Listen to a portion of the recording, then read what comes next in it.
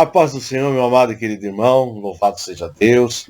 Agradeço a Deus por mais uma oportunidade de nós estarmos juntos. Eu sou o pastor Tim Lima do canal Pentecostais Arminianos. Quero agradecer a você que está conosco, tá bom? Hoje nós vamos falar de uma obra bacana. Inclusive eu soltei uma chamada no canal apresentando, que é a obra de Harold Hoehner. Comentário da carta de Paulo aos Efésios. Vou puxar aqui para você ver que bacana. Enfim, material muito bem feito, acompanhando a tendência dos outros comentários. Inclusive, eles estão aqui, por isso você vê que está faltando aqui, ó, que é justamente o espaço dessa obra. Então, antes da gente apresentar essa obra, eu quero trazer para você, eu fiquei aí praticamente 3 semanas ausente do canal, estava com um mental muito grande, alguns problemas de ordem pessoal, e nós tínhamos que avaliar, porque é o ministério, é a igreja que pastoreio, mais a família, mais o canal, mais as aulas, então isso acaba nos tomando muito tempo. Porém, quero retomar, ontem nós já retomamos, hoje já soltamos mais alguns vídeos, daqui a pouco está subindo aí para o canal. E aqui está essa grande obra, tá? Então, parabenizar Edições Vida Nova, mais uma vez, porque está trazendo para o Brasil obras que, na verdade, dificilmente a grande maioria das pessoas teriam condições de adquirir, de tê-las nos seus acervos, que é muito caras, as obras são muito caras, né? E a questão mesmo com tradução e tudo, Vida Nova tem feito um trabalho fantástico, inclusive primando mais pelo Novo Testamento, já tem um exemplar feito do Antigo Testamento, que vai sair os outros, com certeza, mas ela primou mais pela questão do Novo Testamento, e nós somos agraciados com isso, né?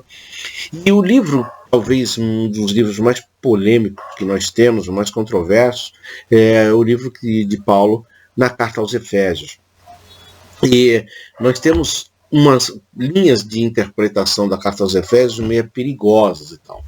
Então, antes de falar desta obra, eu vou trazer 2 obras para vocês verem que, mesmo nós sendo arminiano, eu não tenho absolutamente nada contra os calvinistas, né? Eu tenho problema com algumas pessoas que são ortodoxos e querem forçar textual, o texto bíblico, enfim, acaba complicando. Um desses camaradas que força muito o texto é William Hendricks, desse comentário aqui. Claro, existem várias outras obras já lançadas no mercado, mas esse é o mais antigo, é o mais conhecido pela turma, né, pelo pessoal que estuda, por ele ser exegético, então ele é um comentário muito procurado, né?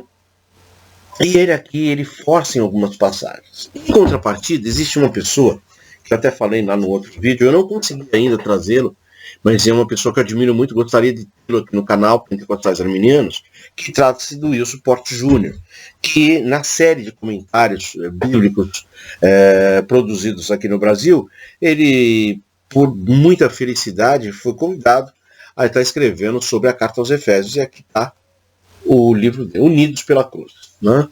É um dos melhores livros da carta aos Efésios, publicados, traduzidos, comentados aqui no Brasil. Disse, inclusive, quando eu falei no canal, tem uma resenha sobre essa obra, eu falei e parabenizei a Edições Vida Nova. Na verdade, nós fizemos um contato para tê-lo no canal, acabou que ele fazendo o doutorado fora, acabou atrapalhando um pouco, mas em breve nós vamos tê-lo conosco aqui no canal Pentecostais Arminianos, junto da galeria de todos esses grandes homens que já passaram aqui pelo canal, né?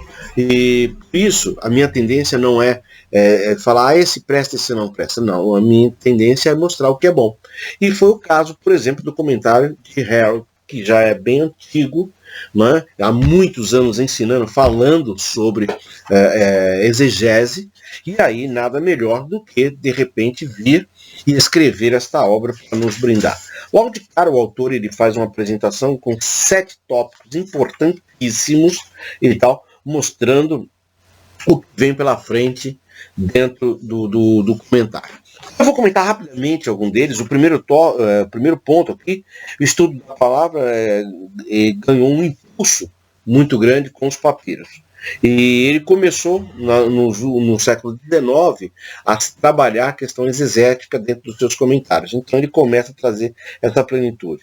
Depois ele vai trabalhar com o que ele chama de transferência ilegítima de totalidade, ou seja, pessoas que têm um texto forte e não traz todo o contexto do comentário que ele está fazendo.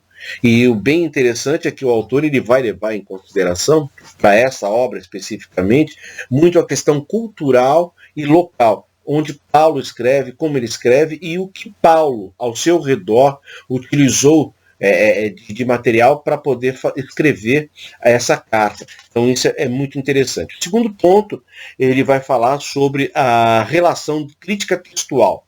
Né? Apesar que ele usa uma abordagem muito técnica, né, para poder fazer essa distinção, mas ele não se prende à relação da crítica textual, ou seja, alta e baixa crítica. Em outras palavras, se você tem provas do que determinada coisa aconteceu, você tem que me trazer, senão ela é simplesmente uma narrativa.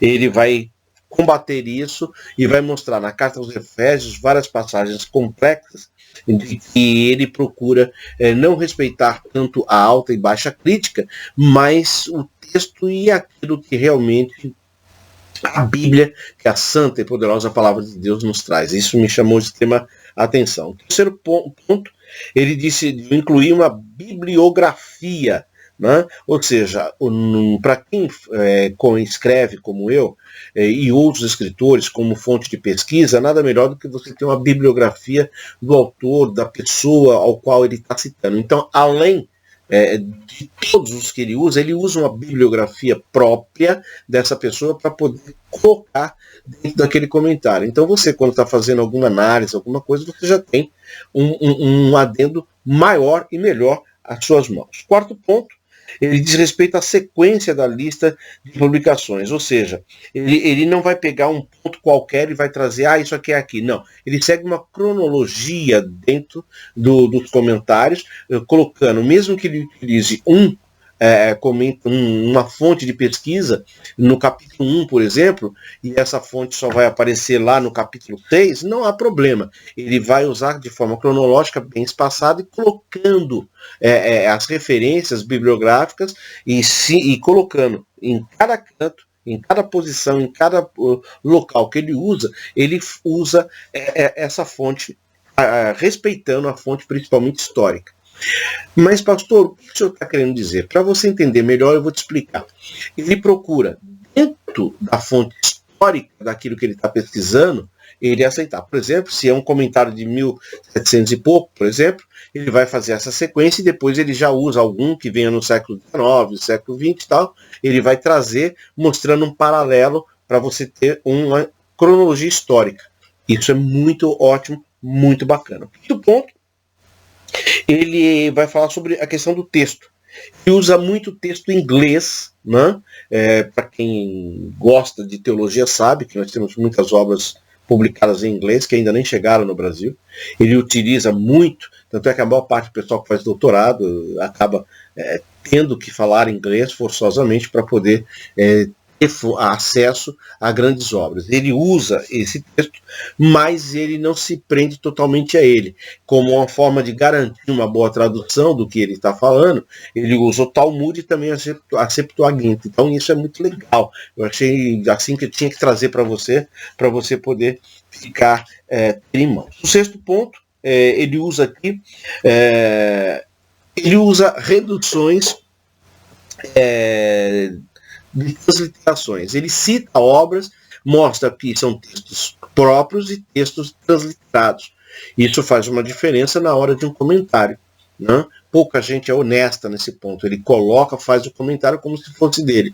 E me chamou muita atenção que Harold ele faz isso também, porque ele tem uma assinatura dele no comentário, mas ele respeita muito as traduções e transliterações de outros companheiros. Em certo lugar, gratidão. Ele vem aqui não esquecendo das faculdades, universidades ao volta do mundo, pessoas que o ajudaram a trazer isso. E ele registra isso de forma magnífica.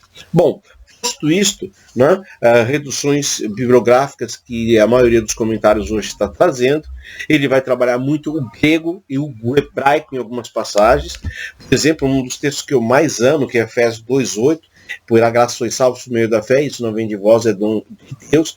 Ele gasta 6 ou 7 folhas aqui somente para poder falar deste texto. E é aquilo que eu venho dizendo, aonde eu aplico, já há muitos anos eu venho fazendo isso, quando eu digo a palavra graça, ela tem uma alusão a Jesus. Então, quando eu translitero isso, ou quando eu faço uma boa exegese, né, sobre o texto, ele fica mais ou menos assim, porque pela graça sois salvos, porque por meio da fé, por Jesus sois salvos por meio da fé. E aí ele vai trabalhar essa questão da fé como um dom. E, na verdade, o que ele entende como fé? Ele vai trabalhar essa questão como confiança.